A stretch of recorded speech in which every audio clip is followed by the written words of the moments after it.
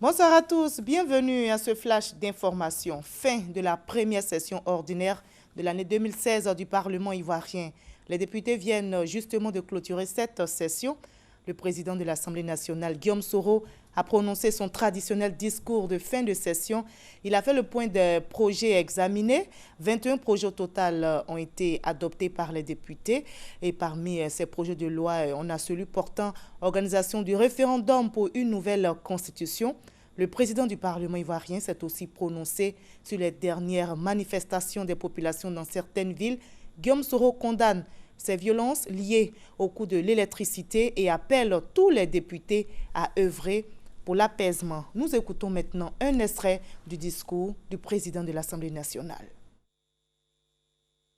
Je voudrais précisément focaliser l'examen du bilan législatif de cette session sur quelques éléments de réflexion relatifs à la loi organique portant organisation du référendum pour l'adoption de la Constitution qui a suscité des débats passionnés.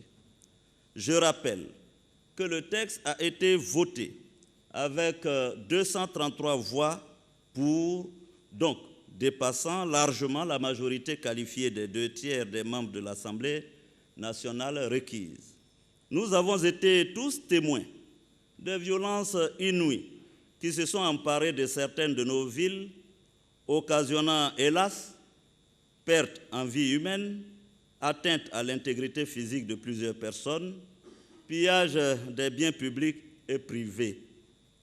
À l'origine, dit-on, se trouveraient des revendications liées au système de facturation de l'énergie électrique pour les ménages.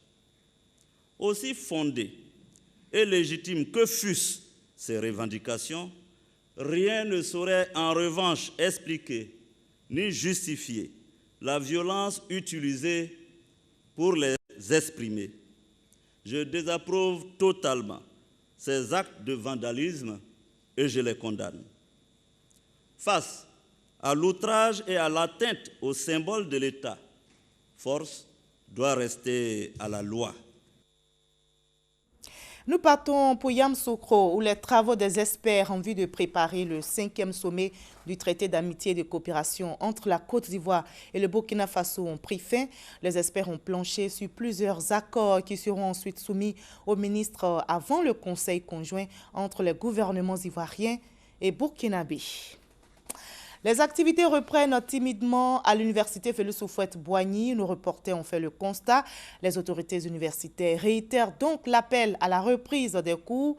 Le président de l'université Félix Houphouët-Boigny, je rappelle, avait fait une déclaration ce week-end, invitant donc les étudiants à surseoir à leur grève et à reprendre le chemin des amphithéâtres et salles de travaux publics. La star congolaise Koffi Olomide, interpellé ce matin à son domicile à Kinshasa, a été placé sous mandat d'arrêt provisoire. Il aurait maintenant quitté le tribunal où il a été entendu. Koffi Olomide est poursuivi pour violence sur une de ses danseuses. Il aurait donné un violent coup de pied à cette dernière. Au moins 13 personnes ont été tuées aujourd'hui à Mogadiscio, en Somalie, dans un attentat suicide à la voiture piégée. L'attaque a été revendiquée par les islamistes Shebab, démontrant donc une nouvelle fois la capacité de nuisance du groupe affilié à Al-Qaïda au cœur de la capitale somalienne. Les terroristes sont aussi frappés en France aujourd'hui. 2 assaillants ont tué un prêtre à Rouen et blessé une religieuse dans une prise d'otage. Cette dernière est entre la vie et la mort. Le prêtre, âgé de 84 ans, a été égorgé. Le président français s'est rendu sur place. Il condamne cet attentat. Le Vatican dénonce un acte barbare. L'un des 2 assaillants a été formellement identifié. Le Japon est aussi sous le choc. Un ancien employé d'un centre pour handicapés mentaux, armé de plusieurs couteaux, a tué 19 personnes et blessé 25 autres aujourd'hui à l'ouest de Tokyo. Le tueur, présenté comme un déséquilibré, est âgé de 26 ans. C'est l'une des pires tueries de l'après-guerre au Japon. Fin de ce flash. Je vous donne rendez-vous à 20 h.